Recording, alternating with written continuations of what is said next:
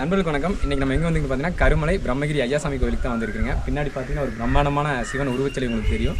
அந்த சிலைக்கு பின்னாடி தான் பார்த்தீங்கன்னா அந்த மலையேற்றம் அமைஞ்சிருக்குது. இந்த மலையேற்றத்தை பற்றி இந்த பதிவில் நம்ம பார்க்க போகிறோம். வாங்க வீடியோக்குள்ளே போகலாம்.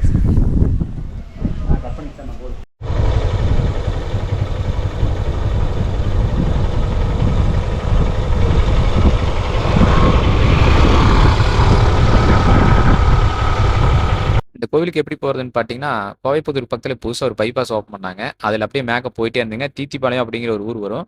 அங்கே லெஃப்ட் கட் பண்ணிங்கன்னா நேரம் இங்கே கருமலை ஐயாசாமி கோவிலோட அடிவாரத்துக்கே போகுங்க. கூகுள் மேப்லையும் பார்த்தீங்கன்னா எக்ஸாக்டாக லொக்கேஷன் டீட்டெயில்ஸ் இருக்குது. நீங்கள் வேறு எங்கேயாச்சும் இருந்து வர மாதிரி இருந்தாலும் கூகுள் மேப் பார்த்தே வந்துக்கலாம்.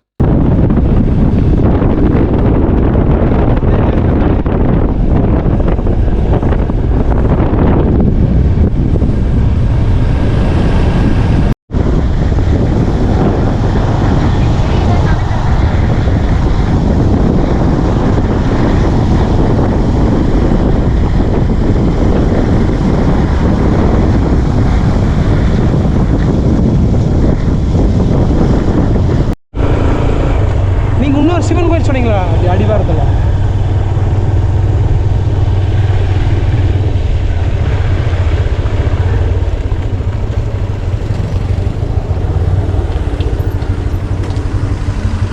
பார்த்தீங்கன்னா அடிவாரம் வந்தாச்சு. அடிவாரத்தில் பைக் பார்க் பண்ணிவிட்டு இப்போ உள்ளே போக போகிறோம்.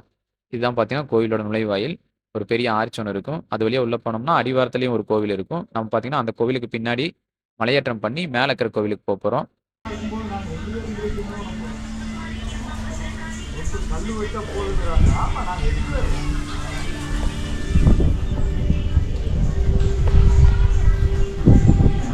அடிவாரத்தில் இருக்கிற விநாயகரை வழிபட்டு நம்ம பயணத்தை பார்த்தீங்கன்னா இப்போ சிறப்பாக ஆரம்பிக்க போகிறோம்.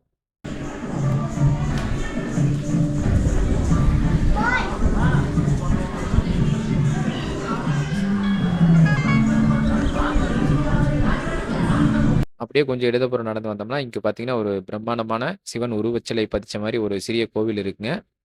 அந்த கோவிலுக்குள்ள பார்த்தீங்கன்னா பஞ்சலிங்கங்கள், அதாவது 5 லிங்கங்கள் உள்ள இருந்துச்சுங்க. அந்த பஞ்சலிங்கங்களையும் வழிபட்டுட்டு அப்படியே இந்த சிவன் உருவச்சிலை இருக்கிற அதற்கு நேர் பின்புறம் இருக்கிற மலைத்தொடர் தான் பார்த்தீங்கன்னா நம்ம போக போகிற அந்த மலைக்கோவில் அமைஞ்சிருக்கு. இங்கே இருக்கிற அந்த பஞ்சலிங்கங்களை வழிபட்டுட்டு அப்படியே நம்ம இப்போ மலையாட்டத்தை ஆரம்பிக்க போகிறோம்.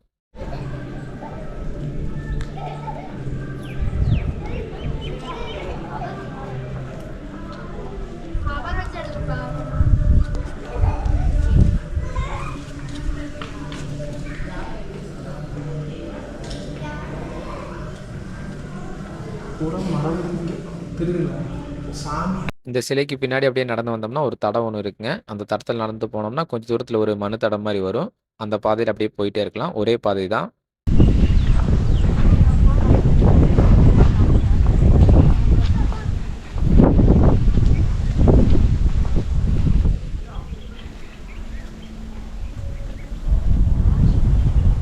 அப்படியே நடந்து வந்தோம்னா இங்கே ஒரு கதவு ஒன்று இருந்துச்சுங்க. அதில் பார்த்தீங்கன்னா திங்கட்கிழமை தவிர மற்ற நாட்களில் அனுமதி இல்லை அப்படின்னு எழுதி இருந்துச்சு.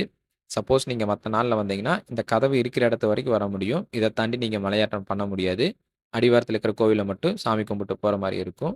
மேலே இருக்கிற கருமலை பிரம்மகிரி ஐயாசாமி கோவிலில் நீங்கள் வழிபடணும் அப்படின்னா திங்கட்கிழமை மட்டும்தான் வரணுங்க.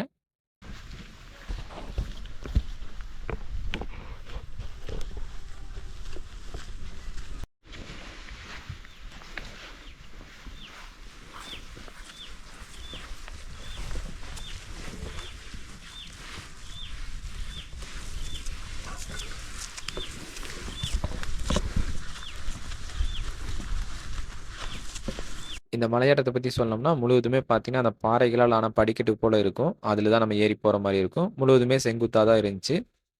மலையேற்றம் பார்த்தீங்கன்னா ரொம்ப கஷ்டமாகலாம் இல்லைங்க. ஒரு 1/2 மணி நேரத்துலேருந்து 3/4 மணி நேரத்துலேயே மலை ஏறிடலாம். ரொம்ப கடினமான மலையேற்றம் கிடையாது.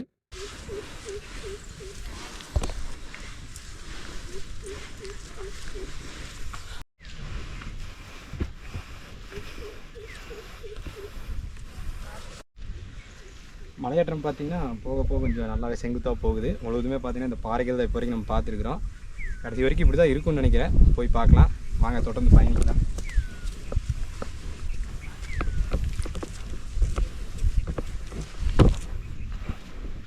அஞ்சு வாரங்களுக்கு எல்லாமே நடக்கும். நீங்கள் ரெகுலராக வரீங்களா? ஆமாம்.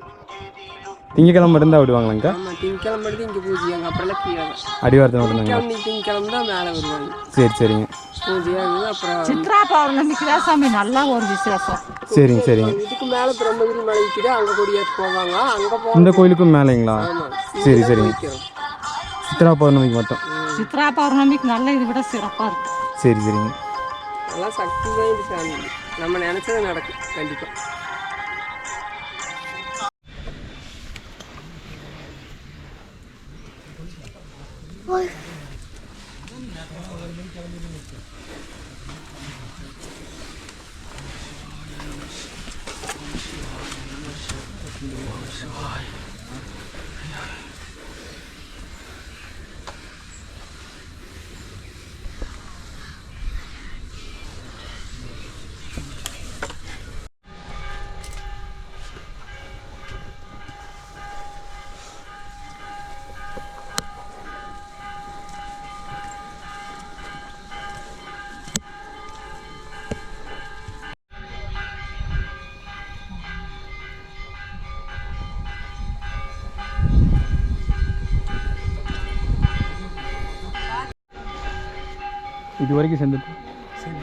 இது வரைக்கும் பார்த்தீங்கன்னா செங்குத்தாக வந்துட்டு இருந்தோம். இதுக்கு மேலே இன்னுமே ரொம்ப செங்குத்தாக இருக்குதுங்க.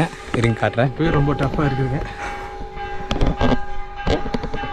இதில் தவழ்ந்து தான் ஏறினேன். ஏன் ஏறினேன்? ஆமாங்க.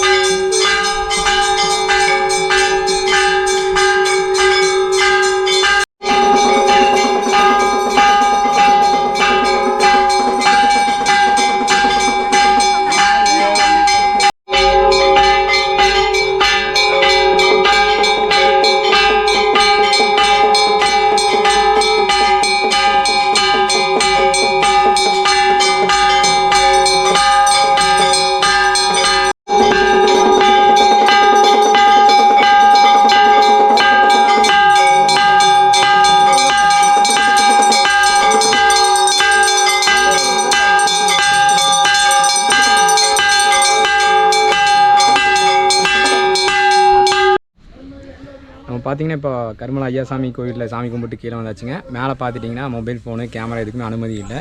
அதனால் பார்த்தீங்கன்னா இப்போ ஒரு மணி நேரத்துக்கிட்ட பூஜையெல்லாம் நடந்துச்சு.